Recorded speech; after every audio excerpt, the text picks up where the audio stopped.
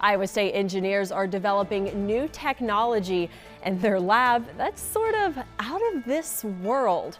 Literally, the goal to be able to print in zero gravity, allowing astronauts to print electronics for repairs or create other goods while in space. Now, here to tell us all about this research that is being done is Sean Jiang, an associate professor of material science and engineering at Iowa State University. Thank you for joining us. Oh, thank you for having me. So talk about what this is. What's the whole goal of this research?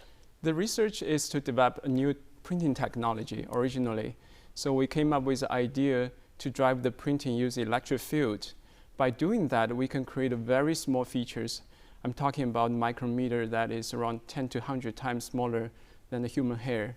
And the technology is driven by the electric field, very different from conventional printing.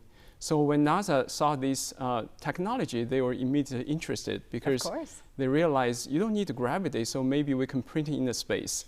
So 3D printing in zero gravity, I feel like that has to have a hurdle there. You know, I think sometimes we take gravity for granted here on Exactly, Earth. we won't be able to sit still here without gravity. So anything you can accomplish so easily on Earth is actually very difficult to do without the gravity. And actually that's the NASA question for us.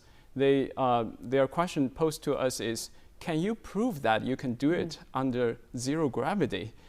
And I did not know how to prove it on Earth, obviously. So we were introduced to this flight test opportunity.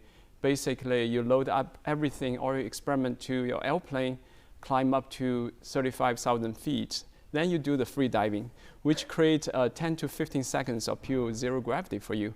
You have to accomplish all your experiments within that 10 to 15 seconds. Wow, no pressure. A lot of pressure, so a lot of preparation, of course. Absolutely. Now, can you talk about the students who are involved in this? And this has to just be so exciting. I mean, cutting edge technology you're being a part of. Yeah, definitely.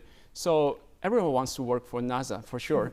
But on the other hand, when it becomes real, you have to think about all the preparation and a very tight timeline, and also all the coordination you have to work together. There are also uncertainties. For example, if there's a weather issue, you won't be able to fly, and there's scheduling conflict. They have to deal with everything. They never thought about this when they signed up for research project. They thought they just work on this instrument and get it done, but now they have to worry about everything come with this mission. Yes, all the outliers. Now, we were talking in the break, nano ink. Can you kind of explain that and how this fits in? As I mentioned, we want to print very fine feature in micrometer size that requires us to have very small material to print with.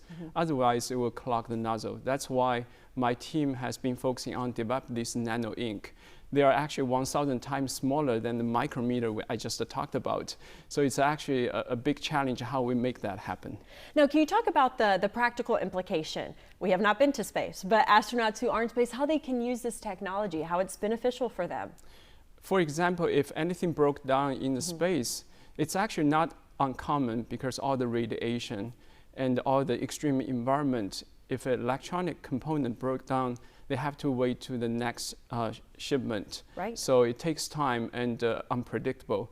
What if they have a printer right over there, press a few buttons, upload a program, and they got the electronic repaired or just manufactured on site? So that's the vision, that if we can do on-demand printing and help them get whatever component they want over there. Yeah, I think we have a few astronauts currently who would probably really enjoy this kind of technology. Can you talk about where it is in development? When do we think this is actually going to be practically applied to space travel? So there are still technical difficulties, but we proved the concept for the first time. We can print using EHD printing without gravity.